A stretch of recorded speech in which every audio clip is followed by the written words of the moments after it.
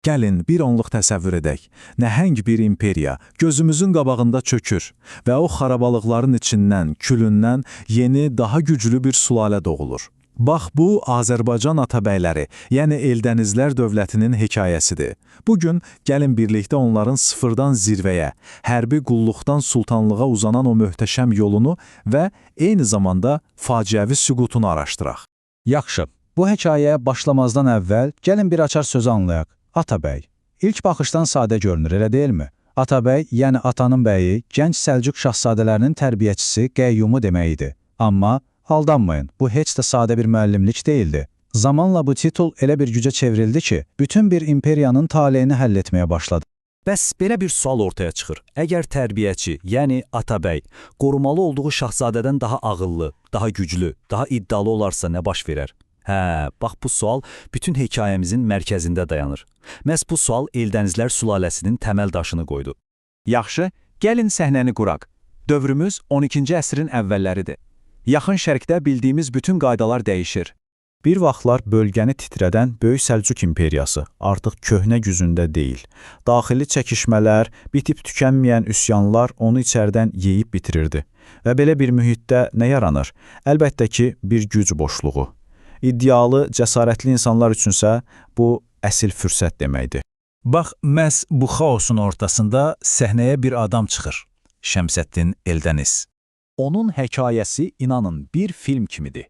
Karyerasına Səlcuq ordusunda sadə bir qulam, yəni hərbi qul kimi başlayır. Amma o, sıradan biri deyildi. Fitri zəkası, inanılmaz hərbi bacarığı ilə pillələri bir-bir sürətlə qalxır və qısa zamanda regionun ən güclü adamlarından birinə çevrilir.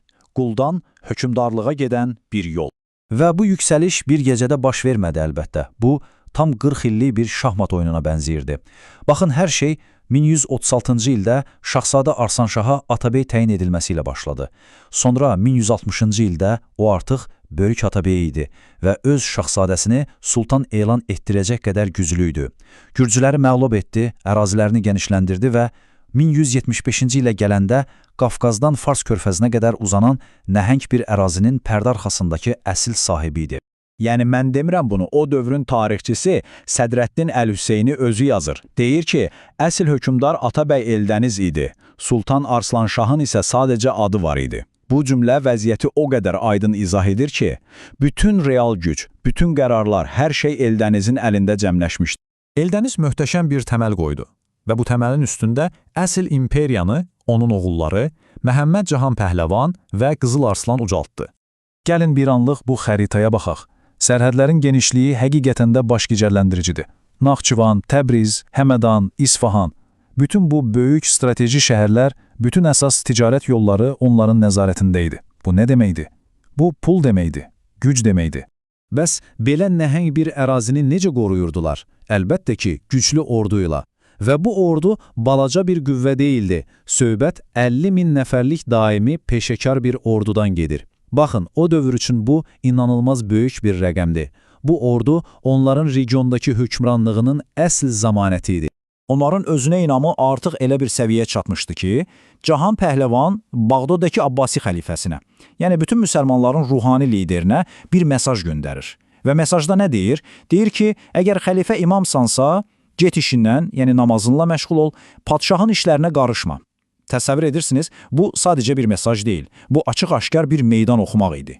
Dünyəvi gücün dini gücə həddini bil deməsi idi. Və nəhayət son addım atıldı. Qızıl Arslan pərdə arxasında dayanmağa son qoydu. O, kölgədəki Səlcuq sultanını tamamilə devirdi və sultan titulunu özünə götürdü. Oyun bitmişdi. Artıq Atabəylər rəsmən imperiyanın yeni və tək sahibləri idilər. Amma bilirsiniz, tarixin belə bir qəribə ironiyası var.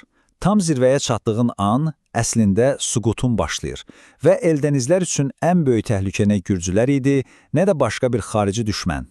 Ən böyük təhlükə elə sülalənin öz içində gizlənmişdi. Qızıl Arslan sui-qəsdlə öldürülən kimi o qorxunc, ölümcül dövran başladı. Bilirsiniz, o klassik hekayə. Güclü hökmdar ölür, oğulları taxt üçün bir-birinin qanına susayır, mərkəzi hakimiyyət iflic olur və kənarda fürsət gözləyən düşmənlər hərəkətə keçir. Cahan Pəhləvanın oğulları atalarının qurduğu o nəhəng mirası qorumaq əvəzinə onu parçalamaq üçün bir-birlərinə qarşı amansız bir müharibəyə başladılar.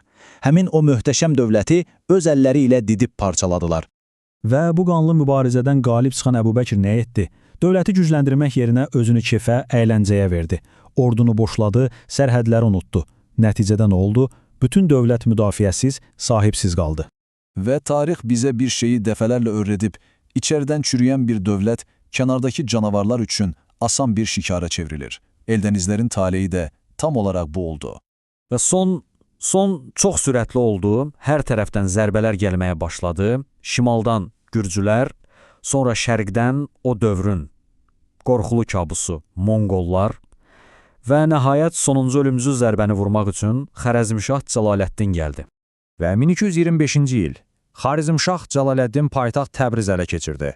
Bu son idi. Təxminən 90 il davam edən o möhtəşəm sülalənin hekayəsi məhz burada, Təbrizin süqutu ilə bitdi. Beləliklə, Eldənizlərin hekayəsi bizə tarixin dəyişməz bir dərsini verir. Bir nəsil böyük zəhmətlə, ağlı ilə, cəsarəti ilə nəhəng bir imperiya qurur və sonrakı nəsil öz daxili çəkişmələri, öz laqeydliyi ilə bütün bunları bir göz qırpımında məhv edir. Bu hekayənin sonunda insan özünə bu sualı vermədən dayana bilmir. Görəsən, bu gün də neçə böyük qurum, neçə imperiya, süqutdan sadəcə bir nəsil uzaqlıqdadır?